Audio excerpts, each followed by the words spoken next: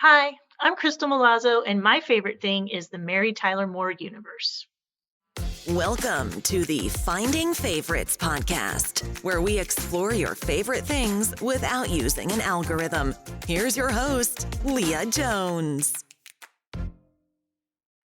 Hello and welcome to Finding Favorites. I'm your host, Leah Jones. It is Saturday, March 7th. Truly a beautiful day in Chicago. I got up early this morning, took a friend for their first COVID shot, and then really just wanted to drive up and down Lakeshore Drive. But I resisted the urge. I came home and I edited this interview. Today I am talking with Kristal Milazzo.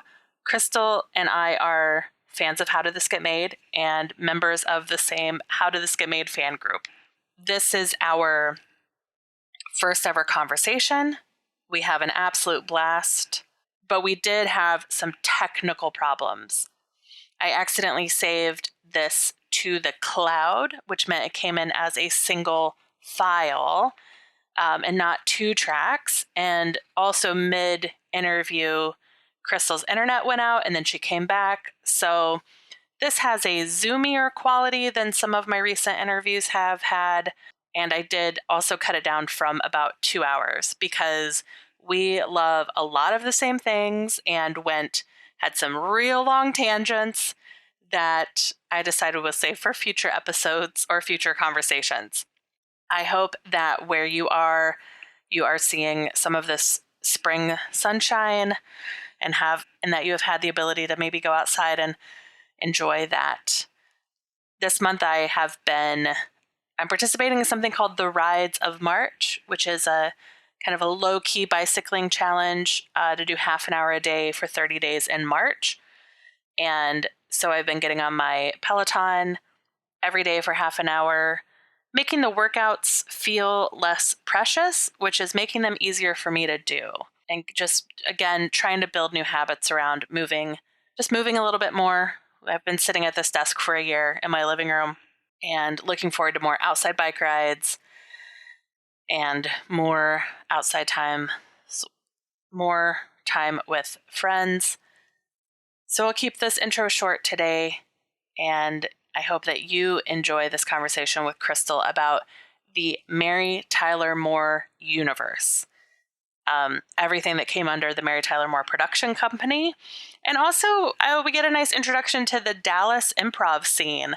What does comedy look like in Texas before the pandemic, during, and what does the future possibly look like?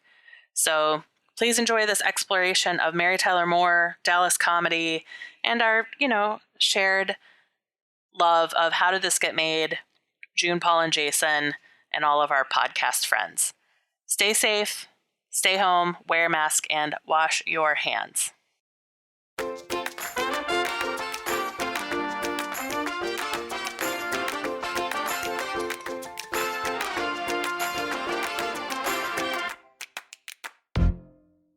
Hello and welcome to Finding Favorites. I'm your host, Leah Jones, and this is the podcast where we learn about people's favorite things and get recommendations without using an algorithm. If you know me at all, you know that one of my absolute favorite things is How Did This Get Made? And also the fan community around the podcast. And I've met a lot of amazing people, and today's guests I know through the world of How Did This Get Made fandom. And her name is Kristal Milazzo. She is a producer, designer, and editor based in Dallas, Texas. How are you doing today, Kristal? I'm doing great. Very excited to be here. I'm excited to have you on the show. So we were talking a little bit before we hit record about we're both on the other side of this winter storm, but it hit Texas much harder than it hit Illinois. So how has this winter and COVID pause been for you?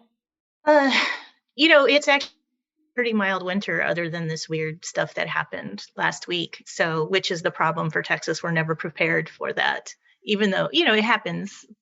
I mean, the last really bad one was 10 years ago. So, yeah. But just the whole Corona thing, actually this morning, I'm very excited. I got my first shot at the and it was a drive-through Wonderful vaccination shot. news. Yes, it was amazing. I can't imagine. It was so organized. It took us an hour and made the longest thing was sitting for 15 minutes to see reaction.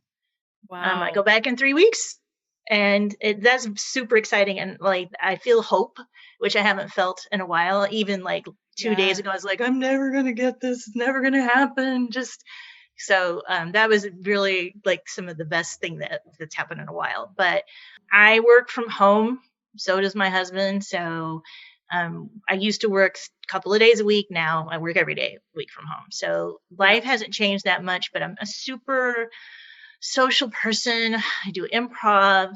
I had a sketch show last year that was super funny, that had some really talented people in, some great writers that I was working with. And we only got 2 performances out of it.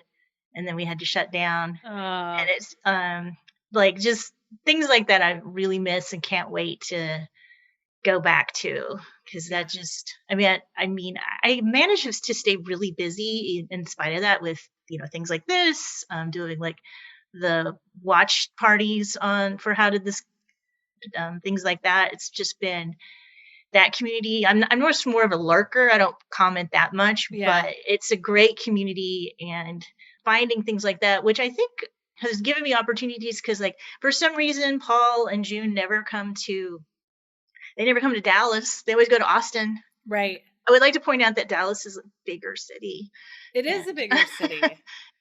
it's a good comedy scene, I know, but I don't know, people just like Austin better. So, but like I've got to see them do shows twice now, or I've seen all 3 of them. So those things I feel really excited about, that I got to do that, and I wouldn't have ever been able to do that without the pandemic. So, bonuses, I guess. Yeah. I do hope that because I have been to some Chicago live shows, and I've been to all of the virtual shows. And I hope the virtual live recordings don't go away in the future. Like, I can't wait for live shows and live comedy to come back. But for some of these table reads or live podcast recordings, the level of fan access or getting to feel like you're in the room with people all around the country, all around the world, that's been really exciting.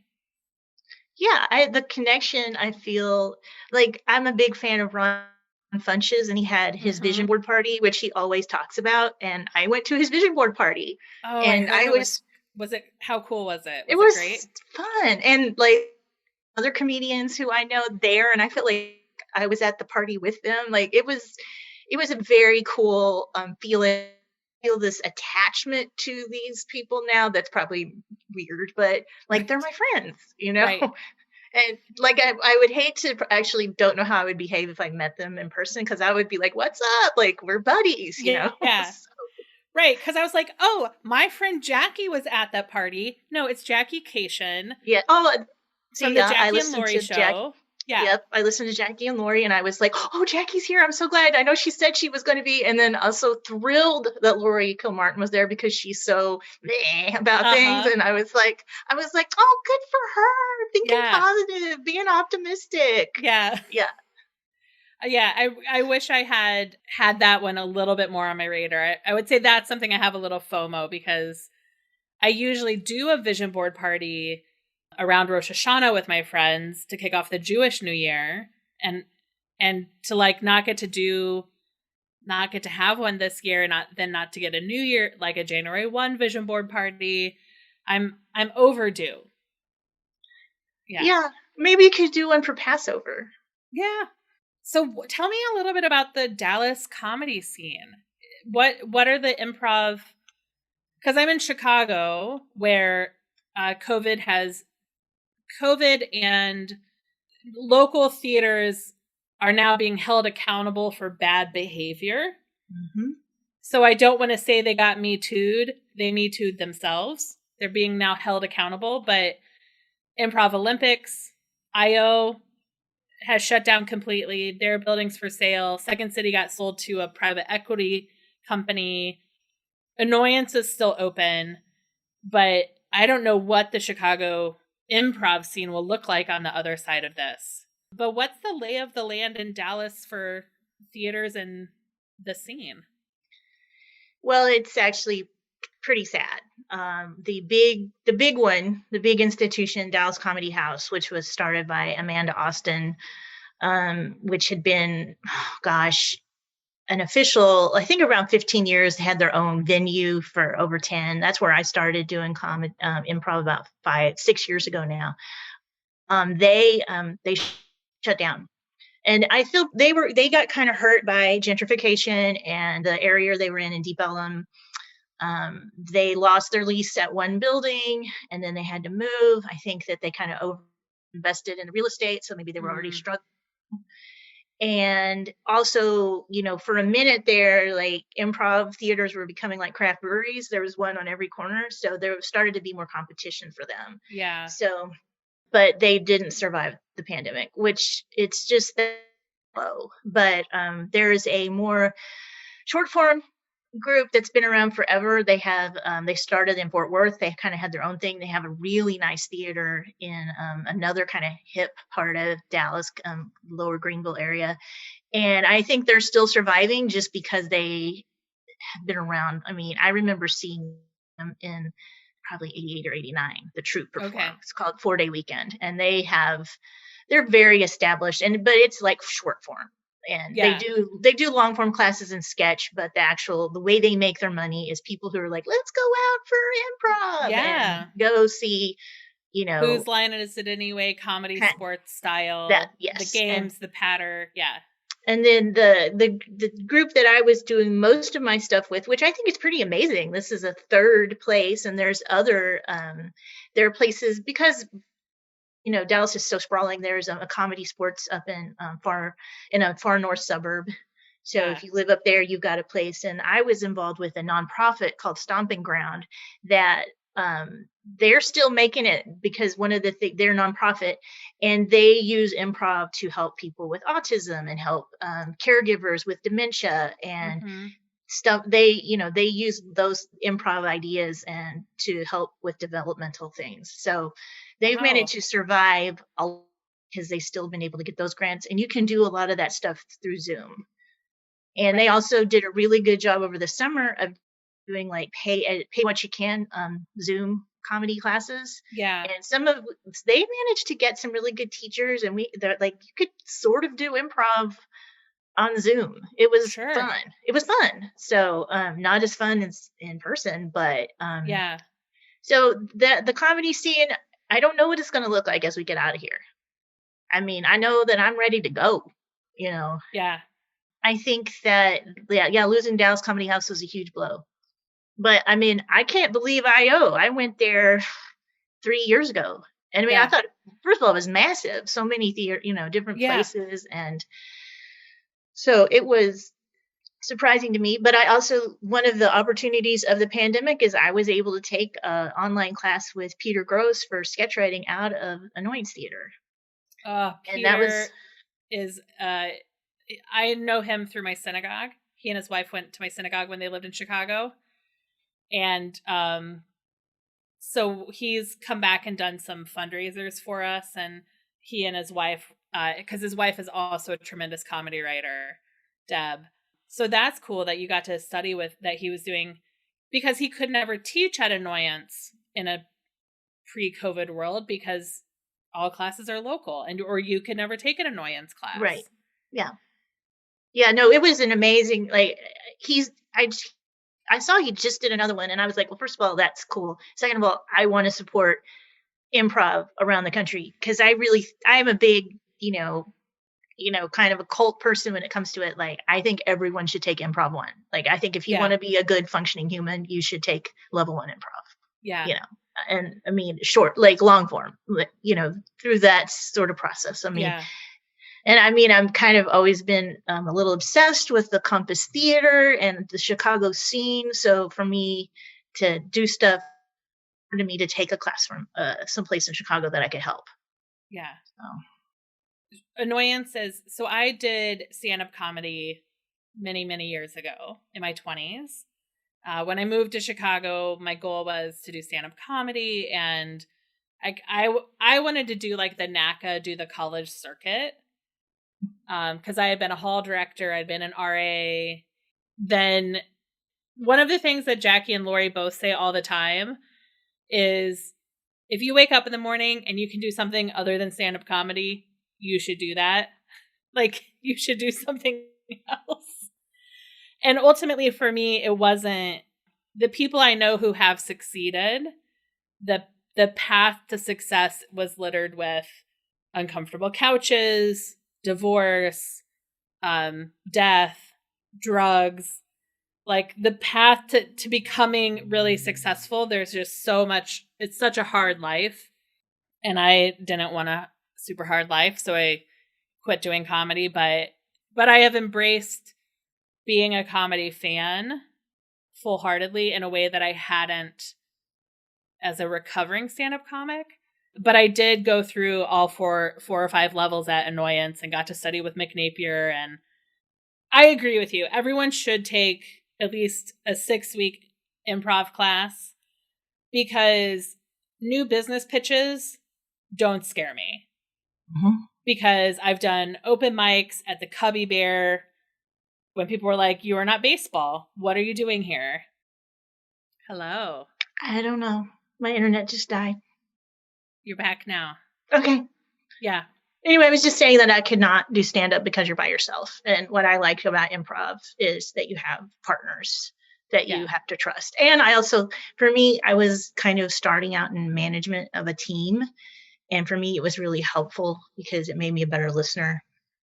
And I think, like, that's to me the biggest thing about improv that taught me was listening. Yeah. And like, it's my biggest pet peeve when I see improv and people aren't listening to each other. You can make hacky jokes. I don't care as long as you're listening. Do you have any other...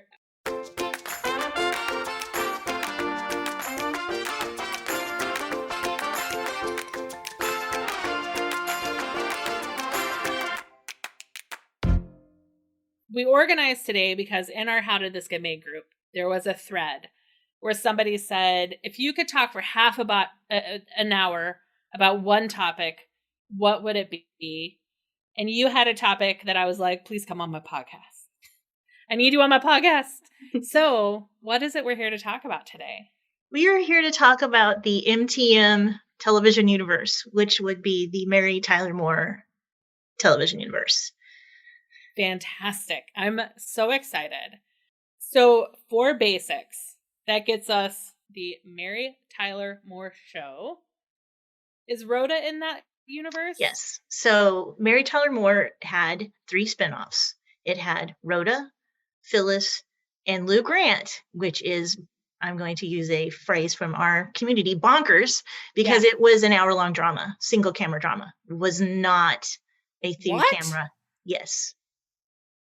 Wow. It's Lou Grant. He's working at a newspaper. I believe it's the Los Angeles Times. Yeah.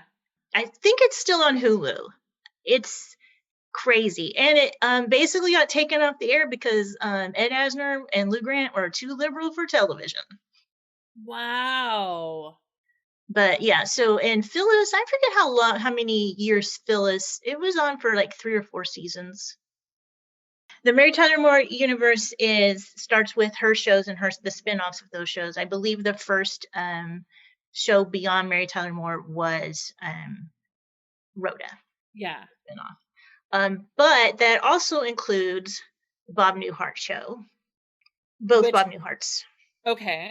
So Bob Newhart, St. Elsewhere was another big one for Mary Tyler Moore Enterprises, and probably one of the more bigger ones was WKRP in Cincinnati, that's what started my interest in it. I had no idea these shows were all related to each other. Yes. I would. No, they weren't spin-offs, but they were all produced by Mary Tyler Moore Enterprise. And I forgot Hill Street Blues. That's the other big one. So that's shocking to me. I love it. So the genesis of this is Mary Tyler Moore was married to Grant Tinker. Mm-hmm. Grant Tinker was a TV producer. After Dick Van Dyke was over, they wanted to create a show. They created MTM Enterprises with James L. Brooks the very famous director writer.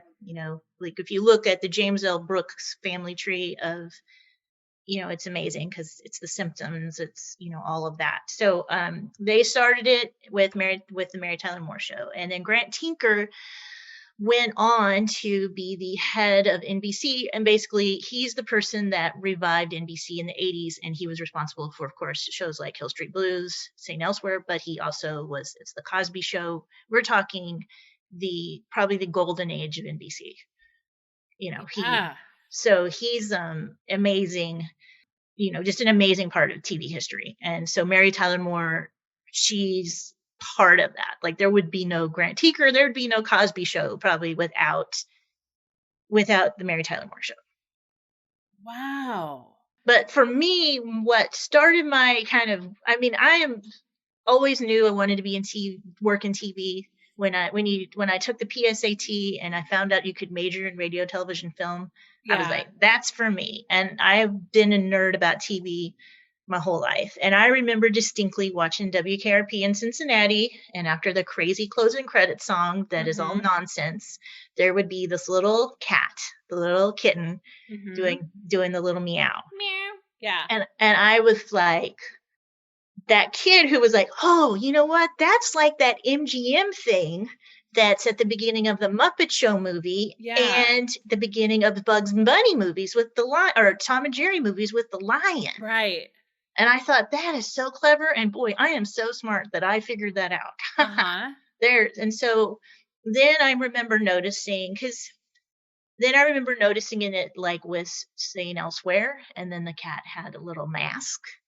Has a little surgical mask. And then when Newhart came out, it had him saying meow, like really in a that was kind of, I started clicking like, oh, this is this thing. This is this company, and it has these shows that I like. And then when I was in college, there was, because my family wasn't a CBS Saturday night family. We were a Love Boat Fantasy Island, which was on ABC. Okay.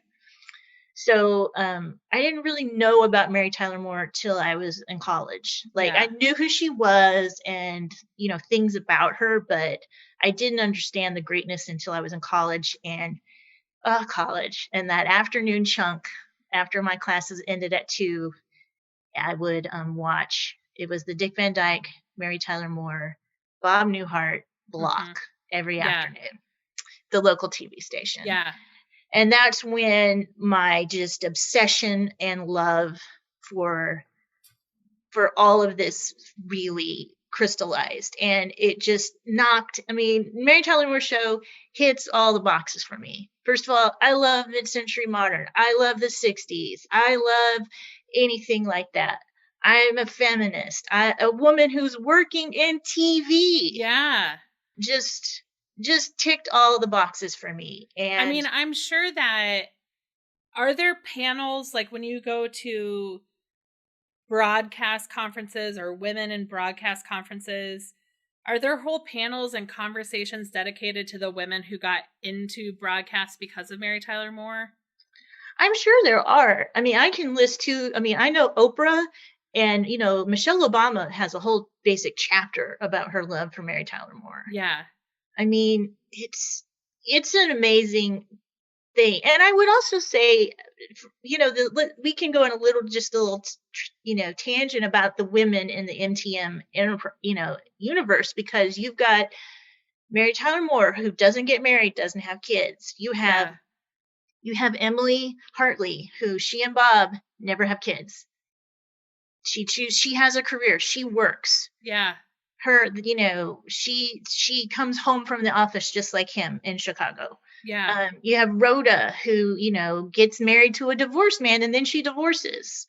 You also have, to me, two really strong female characters in WKRP in Cincinnati. Bailey Quarters, who I totally related to also because she was in promotions. Yeah. And kind of goofy and skinny and had glasses, which is kind of how I used to be when I was in college. Uh-huh. And then you have, Jennifer, who was this beautiful sex symbol, but was completely in control. Right. So those are to me, just for, those shows. And then you have, I'm not a huge fan of Phyllis, but Phyllis was also, my husband's always like, oh, he's like, they're the original, like, kombucha couple. She and Lars are, because they're like very much into, different kinds of scream therapy or whatever the Mm-hmm. new trend is of the 70s. So, Yeah. but I think that when you just look at the MTM universe for women, there's some just strong, great people to look up to, in these, in fictional characters. I mean, to me, to have the validation of Bob and Emily, who are this happy couple, and they are Right. happy the whole time, and Right. there's no like made up thing, and they don't have a kid, and they somehow make it work for 8 seasons. Yeah. That's, I mean, because I would say one of the biggest disappointments I have with Rhoda is, the show, is the fact that they didn't know how to write a show with her and Joe being married. And they ended up having them get divorced because they didn't know how to make it funny. Oh, And I mean, you think they didn't know how to take, because it was interesting when you hear like Mike Schur talk about Parks and Rec, how they made a decision to stop making the conflict in between the people and couples, that they were like, you know what, we're just going to make the couples successful couples and we'll find our comedy elsewhere. right. So do you feel like in Rhoda, because they couldn't find comedy without having a conflict in the couple, was that Right. like the problem there? Yeah, they didn't know what to do. They basically said it. They were like, after she got married, the ratings went down. And I would also say they, it was a huge ratings thing because Mary came to visit. So you're set up to fail a little bit, but they didn't know what to do with Joe, and they didn't know how to write a happy couple. They didn't know how to find comedy outside of that, which I think is really hard. And I think Mike Schur is his shows are one of the few shows that are able to do that. Because I feel like, another show that I really love is New Girl. And I feel like they didn't know how to do it. Oh, for sure they didn't know how to do it. And that, I went on a boycott because I was mad at them for breaking them up. And so, like, I just think that, and, I feel like they did a really good job for the kind of show it was with How I Met Your Mother, because they kept Marshall and Lily happy for a long time. Yeah. I mean, they had them have some conflicts, but but I think it's really hard. And I think Rhoda was one of those good examples of how hard it is. Mm-hmm. But also, it's a show. Rhoda was great, and I love Rhoda. I love the open. I thought I'd keep better. Things about that are great. I like the self-awareness of her, but I don't think they ever quite figured out. They never could figure out her job. She changed jobs a lot. Yeah. They never could quite figure out her supporting cast. Julie Kavner was the main thing, and of course the mom. But they never they had friends come and go out of her there that they didn't quite figure out what it was. And of course, Lorenzo Music couldn't land on the ensemble. Yeah, but it was still a delightful show. But it definitely is not one that I can just list. Oh, there's so many funny episodes out of it for me. So it's also just fun if you like the 70s and you want to see great hair, and you also want to see non-traditional, not your Anglo-Saxon white lady portrayed as somebody sexy and pretty and cool. I mean, Rhoda is amazing. She's amazing for all the girls who don't look like Mary. Right. And the fact that she gets to be kind of glamorous on that show. She gets to be the one that's glamorous and gets the hot Italian husband. And, I think that it's like, it's just, it's worth it for that. Yeah. And I just watched, I've only recently started listening to Hollywood Handbook. No, not Hollywood Handbook. Griffin and David. It's the podcast about Blank Check. Okay. Blank Check podcast. And they did a mini series about Nora Ephron. Mm-hmm. And Julie Kavner starred in Nora Ephron's her directorial debut. Yes. And I didn't know anything about her other than being Marge's voice. And so that to me stands out as Rhoda because I know I've seen episodes, but I certainly, without an awareness that I'm not someone who connects the dots of voice actors and who they are in real life, and so I would like to go back and rewatch Rhoda with knowing who the people are, and having a more adult relationship to the characters. When I saw it, it was certainly because it was in repeats on Nick at Night, and it was just like what I watched, but I didn't understand any of the struggles of a single woman in the city yet. Yeah. Well, I mean, it was, the Stillers are on there. Mm-hmm. They're in it. It's one of the tightest pilots you'll ever see. It is tight. It is a tight, well, I mean, it's easy to be tight too, because we already know who Rhoda is. We already know who the mom is. The whole backstory of right. What she's been doing for the last 7 years. Yeah. So that part of it is, but it is a tight, funny episode because the way they introduce the other characters. Nice. So yeah, it's definitely worth watching. It's just that, it's really hard to hit the heights of Mary Tyler Moore. Absolutely. But it was a successful spinoff. Phyllis was also a fairly successful spinoff, and so was Lou Grant. And I mean, Lou Grant is bonkers. It's crazy because it is not a comedy. I've got to look. It was on for 5 years. Yeah, and it's I can't imagine. I'm trying to think, it would be like if you suddenly put if you took Ben Wyatt and put him in the West Wing or something, Yeah. It's taking this character and putting him in a completely different. I mean, as a kid, I remember going, that looks boring. I'm not watching that. Yeah. So boring. But when Hulu first came out, that was one of the things that they had. I'm like, oh, I'm watching this and going to figure it out. But yeah, and I believe he works at the LA Times, which I think is super cool. Yeah. So does he have that, what's the movie that ends up with the news guy saying, lean out your window and say, I'm mad as hell and I'm not going to take it anymore? Network. So does he have network energy? Is that why he was too liberal for the CBS? No, I mean, I think the subject matter for the show, the subject matter was pretty liberal.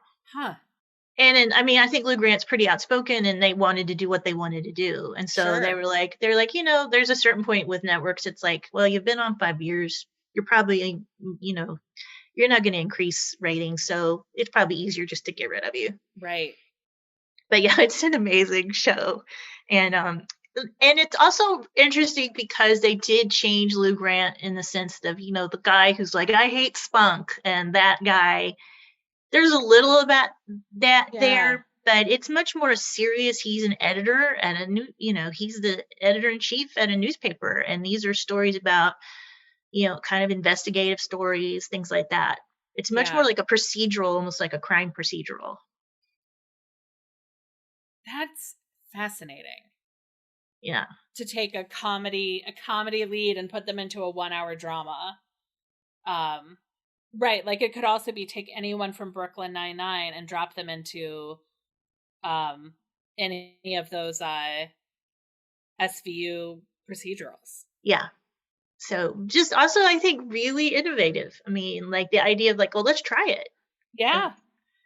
But so that's kind of what, I would say that for me, another thing about the Mary Tyler Moore show that is great is that you lost people. She loses Phyllis. Mm-hmm. She loses Rhoda. And when they added new people in, when they added Betty White. Yeah. When they added, suddenly I can't remember her name, but Ted's wife. Mm-hmm. They were assets, and they made it, it was just as good. I mean, people always talk about the Chuckles the Clown episode being one of the greatest Mary Tyler Moore episodes ever. It's one of the best written episodes. Yeah. That was I believe that was it was season 6 or 7. Okay. So towards the end. Yeah. And that's a funeral, right? Essentially they kind of get the church giggles at a funeral for Chuckles the Clown. Yes. So the bit is Chuckles the clown dies. The whole time people are cracking jokes about it, and Mary is like, "No, you guys, it's terrible. Stop! Mm-hmm. Don't do that." And then finally at the funeral, just the jokes, the opening for jokes in what is being said, she loses it, and it is such a great build up. And then at the funeral, then everybody else is like, "Don't, stop, Mary. You've got to Uh-huh. stop." But I think Mary created some kind of tropes that are constantly used in sitcoms today. I think there's like a book, and they're like, let's pull out one of these plot lines. So, Uh-huh. failed parties, she never has a successful party. The Yeah. last season, the successful party, she's supposed to have Johnny Carson there. There's a Uh-huh. blackout at her building. Johnny Carson appears, but you never see him. Uh. That's at the new apartment. Okay. So, which, like, some people like to say that marks things not getting as good, but the new apartment has Ted getting married, and Mm-hmm. a very young John Ritter is Yeah. performs the ceremony, which is one of my favorite episodes of all time. It has the episode where Lou and Mary decide to go on a date, and it's not good. Uh-huh. And it has has an episode where Mary kind of gets too dependent on sleeping pills, and so because first of all she starts where she can't sleep, Mm-hmm. and then she starts getting dependent on sleeping pills, which is kind of a dark subject matter. And the guys get worried about her because she's not answering the phone, Uh-huh. and they go to her house and she's in the bathtub, and comedy ensues in that Sure. moment. And that's another episode. That's another trope, is that she falls asleep on Lou's arm and he doesn't want to move. So Mm-hmm. he ends up having a cramp, which I've seen that later in tons of other Oh, shows. yeah. But like just the idea of unsuccessful parties, which is kind of, a big thing on Frasier. His Uh-huh. parties are always, I mean, there's just kind of tropes that I think started with these Mary Tyler Moore shows Yeah. that are used over again. In Bob Newhart, they one of my favorite episodes is they take IQ tests, and it comes to find out that Emily is way, like, she's a genius Mm-hmm. and way smarter than Bob, which Yeah. she's an elementary school principal, or starts out a teacher and becomes a principal. How could Yeah. he's a he's a Uh-huh. psychologist. They go to a basically Mensa meeting. Mm-hmm. And so, like, the idea of an IQ test is a big part of later comedies. It's a big, there's a good Everybody Loves Raymond about IQ tests. There's, of course, the Seinfeld one where, George has Elaine cheat for him on the Yeah. IQ test. So I don't know. It's kind of, that's something else I followed as a watching it. But I mean, to me, like, Mary Tyler Moore is definitely the pinnacle for me. But and it goes from the open. The Mm-hmm. open is amazing. The song, I listened to the DVD commentary of it, and it was edited by the same person who edited the Hawaii Five-O theme Okay. show open, which I think is the greatest TV open ever. And if you can't get excited about a show after watching that, I don't know. It's so exciting. The show itself was always kind of, we would always be like, but we did so excited when we see the open. I would It's some- definitely YouTube it. it's something we have definitely lost with.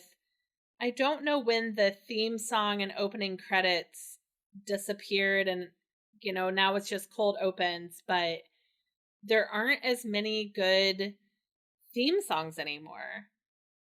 Yeah, I just finished watching The Flight Attendant, Okay. and it has a really, the theme song isn't great, but it has a great opening credit sequence. It's Okay. beautiful, really great motion graphics, and it's very cool.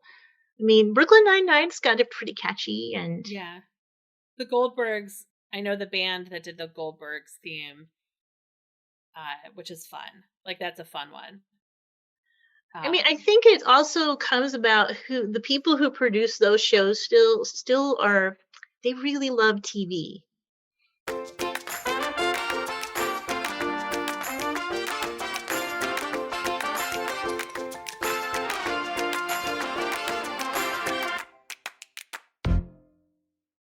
I don't know how familiar you are with St. Elsewhere. It was like a bedtime show. Like it was kind of when the St. Elsewhere theme song came on, like that was when I think we had to go to bed. So I didn't, it was a Yeah. grown up hospital show. That's all I remember. Yeah. So, because I'm a little bit older than you, so it was Okay. definitely, I could see it, and there's one episode that haunts that I should not, like looking back now, I'm like, that was not appropriate for an 11-year-old to be watching, because Yeah. What was that? there's an episode where one of the doctors has to go to a prison to give people like their physicals and stuff, and there's a prison riot, and he gets raped. Oh. Yeah. So maybe I'm sorry, I probably should have said trigger warning there, but It's okay. that messed me up. Yeah. So, but I would like one thing to tie those to, one thing about St. Elsewhere that I think ties it part of that whole universe is that it has a very famous finale. So yeah, the finale of that is basically at the end, it's implied that all of this is happening in the universe of the mind of an autistic child. And he's like looking at a snow globe. If you don't have to watch St. Elsewhere, you can just watch that. It's crazy. It's like a crazy end to it. Huh.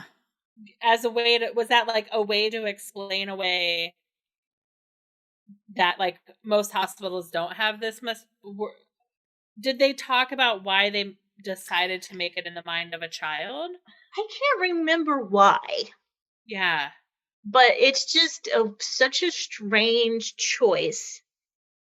And I do think that show was starting to get, I mean, it's not like Grey's Anatomy, crazy, or, even toward the end of ER where it was starting to get a little ridiculous, like with the helicopter landing on the surgeon who'd already had his arm cut off by a helicopter and all that. But it was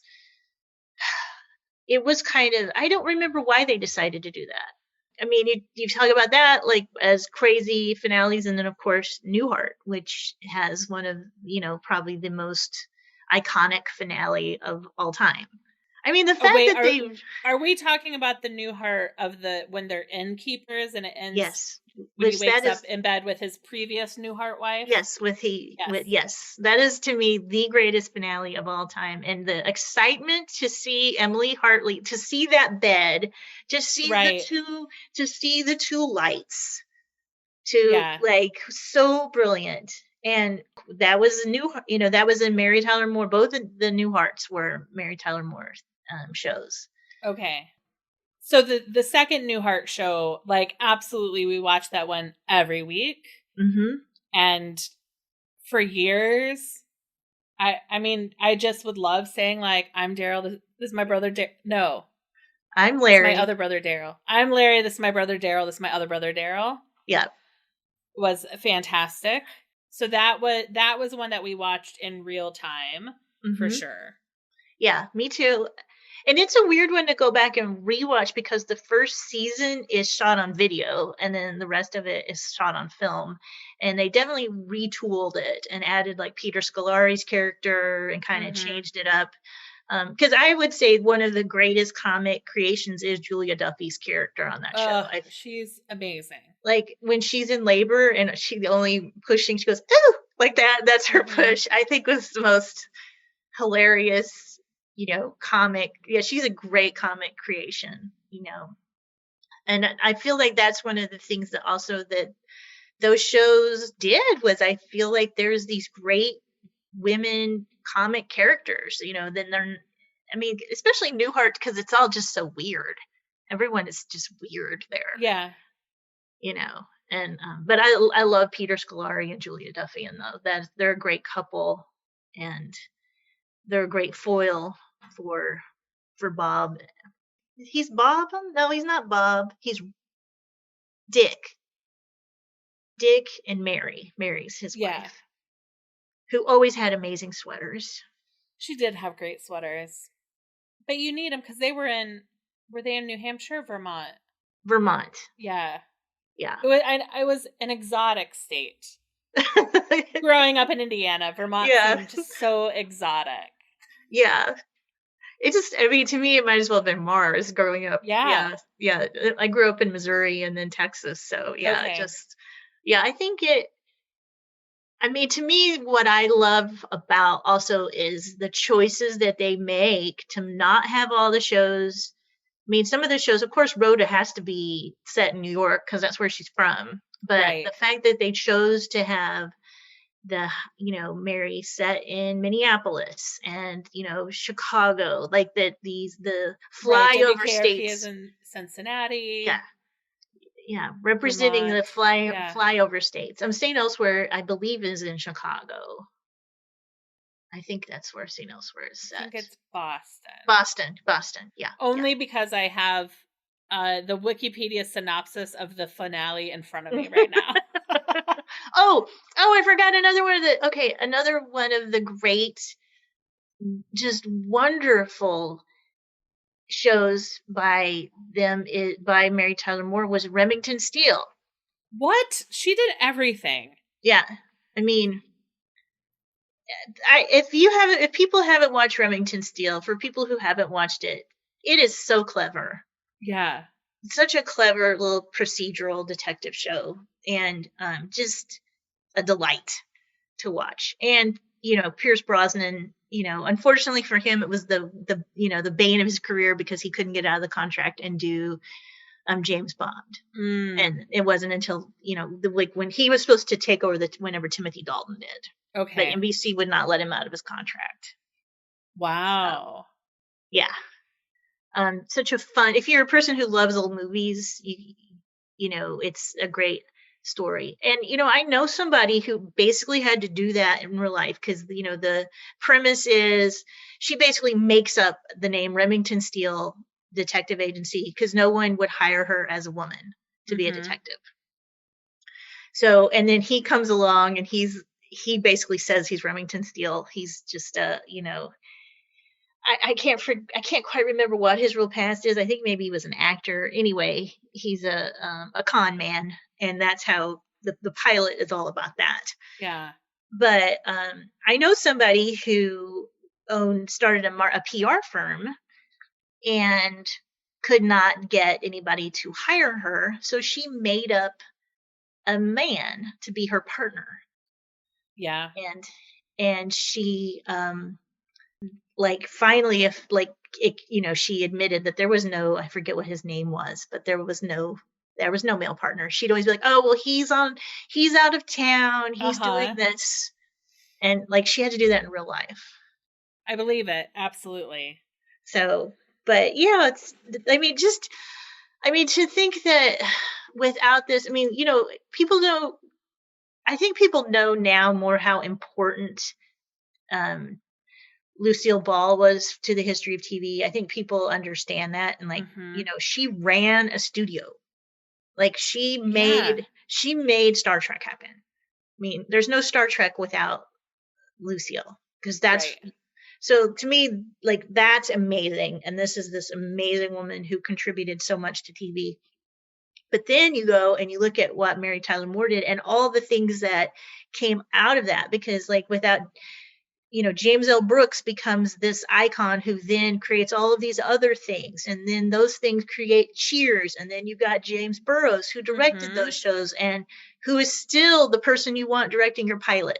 That is, if you have a 3-camera pilot, even I think as recently as a few years ago, you want him to direct your pilot. Who was that? James Burrows. Yeah. Oh, yeah. So those roots go all the way back to Mary Tyler Moore. And to me, that's just amazing. And I could go through and tell you about my favorite episodes. I would say it's hard to find a bad episode of Mary Tyler Moore. There's some that maybe are more heartwarming and less funny. There's an episode where she gets fired because she has had to stay up late because Lou makes her write obituaries ahead of time. And so she writes a fake one and really stupid and tacky. And guess what? That guy dies and Ted reads it on the air and she gets fired. No. Yeah, it's so funny. Oh. But I don't think it's like it's one of those more, it's a deep cut, but that one's great. There's an episode where they Ted and Lou start betting on football, and that one has some classic jokes that people use later that the same kinds of jokes that I've seen people use in other shows. Yeah. And also it's a really fun to watch Mary Tyler Moore to see, because there's one with, I already said, there's one young John Ritter. Penny Marshall plays her neighbor when she moves to the new building. Oh, wow. So Penny, before Laverne and Shirley, I'm sure. Yeah. So Penny Marshall plays her neighbor. There's a young Henry Winkler in a very unsuccessful party episode. That's one of my favorites. Wow. There's, of course, you got one of the other important things about Mary Tyler Moore is the casting of Gordy, John Amos of Good Times, as the weatherman. Oh. And I mean, the only reason he left Mary Tyler Moore was because he got the lead on Good Times. Yeah. But he loved working and had a great relationship with everyone on Mary Tyler Moore. And Gordy was a really important character to see there. And to have an integrated newsroom in Minnesota. Yeah, and he looked so good in that blue jacket. Oh my gosh, so handsome. So handsome in this blue news jacket. And I just feel like one of the other things I really liked about Mary Tyler Moore is the relationship with Mary and Gordy, and how they were like work wife and work husband. That kind of like, he thought Mary was wonderful, but he was married, and they cared for each other in a way that as equals. Yeah. And I liked that. I just think that, those workplace comedies, I was trying to think the other day when I knew I was coming on here, like, what other workplace comedies were there before this? And I would say, I mean, Dick Van Dyke, because you have his work and his life.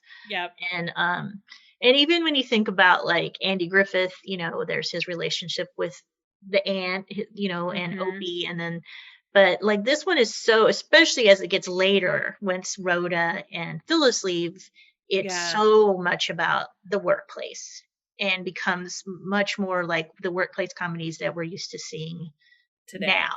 Yeah. Where a lot of times you don't really see their home. Like, Jake Peralta, we don't see his house or his personal life until, very far, very far. Right. Until like the Thanksgiving where his fiance's dad comes and he's got the binder to try and impress him. Yeah. Well, there's an episode where he gets, he's going to have to buy his apartment. It's a co-opt. Yeah. And Gina has to help him. I think that's like the first time you see his house. Yeah. It's true. Like The Office is, you occasionally, like The Office is set in the office and you see some of their personal spaces, but it's really what happens with the people that you work with during work. Absolutely. Right. It kind of sets the I think that show and another show that came out right at around that same period, Barney Miller.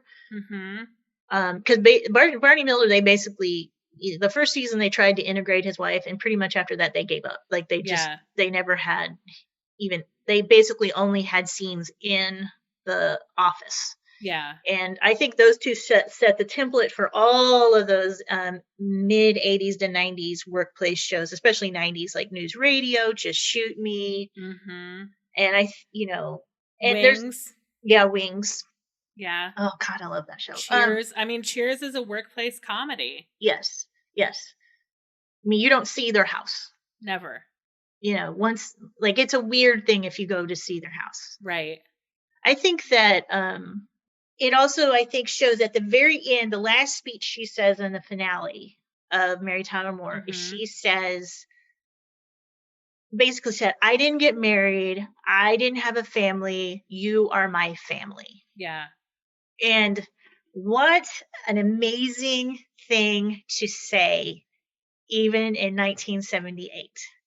Absolutely. And the idea, which, is like is that you make your family, how how relevant is that today? Like, and to have someone say that back then, and not like 78. I mean, things were changing, but still, Right. like the idea, and there's an episode of Mary Tyler Moore where Phyllis's brother, she finds out he's gay. Mm-hmm. I mean, the show, we think that, we've gone so far, but like that show was addressing things like that. There's a wonderful episode where basically Mary makes a new friend and finds out she's an anti-Semite. Mm. And it is one of my favorite episodes. Yeah. I mean, another really great episode is pay equality, because she finds out what the person was making before she got the job, and he was making more than her, and she Right. goes to Lou, why is this? Well, he has a family. Right.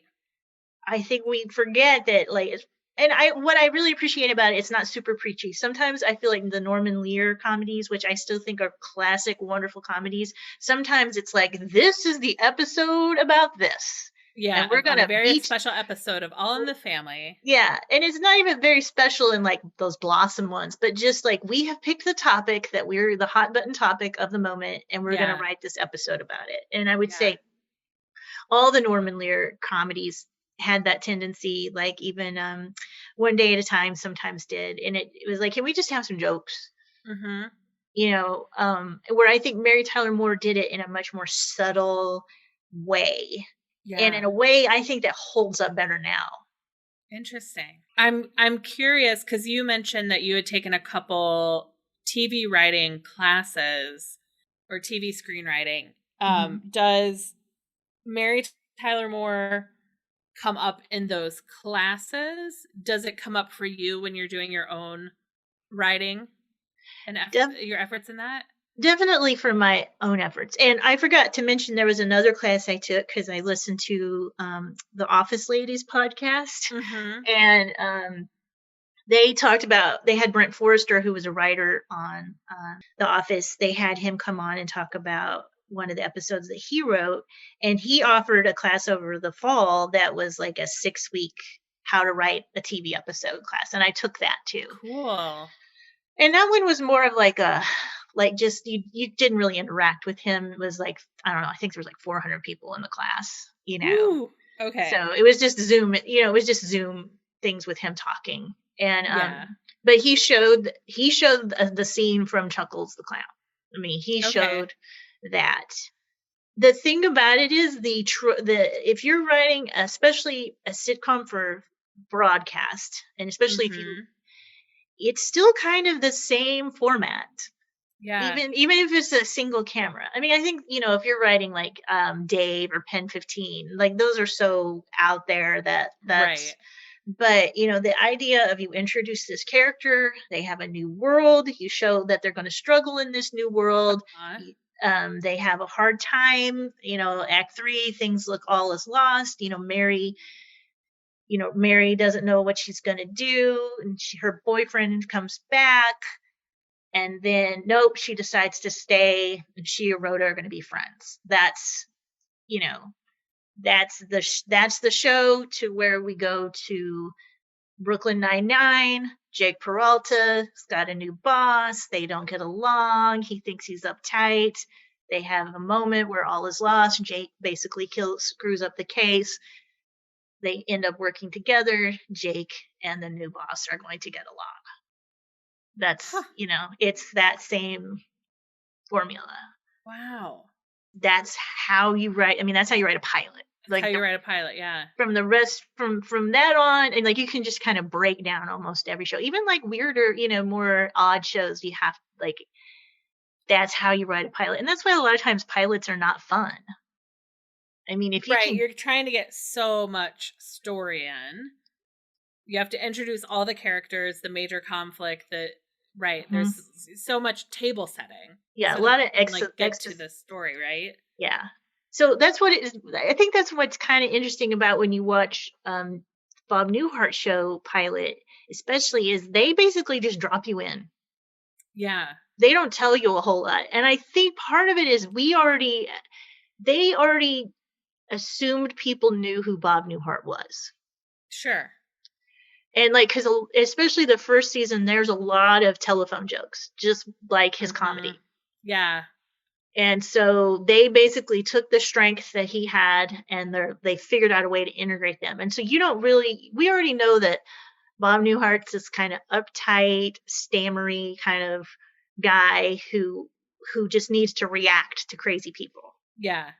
And so that's what they like. It's an interesting pilot because it doesn't have a lot of exposition or, typical. Interesting.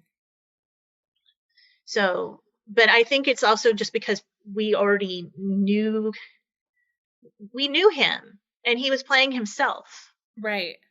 And they weren't going to set up a lot where, Mary, they needed her to not be Laura Petrie. Right. Right. So you've really got to break people of their ideas fast. Right. The reason she was not divorced, the reason she was, broken up from an engagement was because they did not want people thinking that she had divorced Dick Van Dyke. Right. So you gotta, so they had to set up this whole story for her. Right. To make sure we didn't, and to me, in my head, Laura Petrie and Mary Tyler Moore they are not even close to the same people. Yeah. I mean, right, I think but you've really got to make sure that people, that's an interesting problem to solve for when you're working with true celebrities and beloved TV actors. Yeah. Is that you're like, okay, it's another thing that Mike Schur talked about that one episode of The Good Place where they put Ted behind the bar, Ted Danson behind the bar. Yep. And how he broached it with him, and here's why it works for the character, and are you willing to do it? Because, yeah, you absolutely had to make sure you're not seeing him as Sam Malone. Yeah. Yeah. Well, and I think, especially in this, in the set, I feel like over the past, especially 10 or 20 years, we are willing to accept people. I think Michael J. Fox is an important part of that, is we were able to accept that Alex P. Keaton, then he became Marty McFly, and he was in a movie where that just didn't happen. Like, you got cast in a TV show, that was who you were. And it was really hard for you to not, if you were the star, especially, not to be that for the rest of your life. Right. The fact that Mary Tyler Moore had 2, the fact that Bob Newhart had 2, yeah. The fact that Julia Louis-Dreyfus has had 3, she's had Elaine, she had The New Adventures of Old Christine, which was pretty popular, and she won an Emmy for it, and it's good, it's funny. Yeah. And then Veep, which is right. That's so hard. Yeah. Because Elaine and Selena Meyer are not the same. They're not the same. Absolutely. Well, and I would also give Kristen Bell a lot of credit for being able to do Veronica Mars and then because that's a very iconic role, and then to star in another iconic role is Eleanor Shellstrop. Yeah. But yeah, she's done well to continue to pivot her career. Yeah. And not get stuck in one character or another. Yeah. Well, she's also, I just watched the episode of Parks and Rec where she's, the head of Eagleton. Mm-hmm.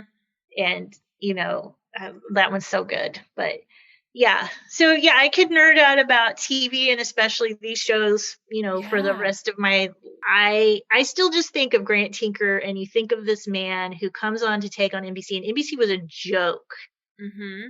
And basically he takes it over in 81. And then by 1984, 85, you've got must-see TV, which lasted until, the 2000s. Right, at least until Friends was off the air, right? Friends was always must-see TV. Yep.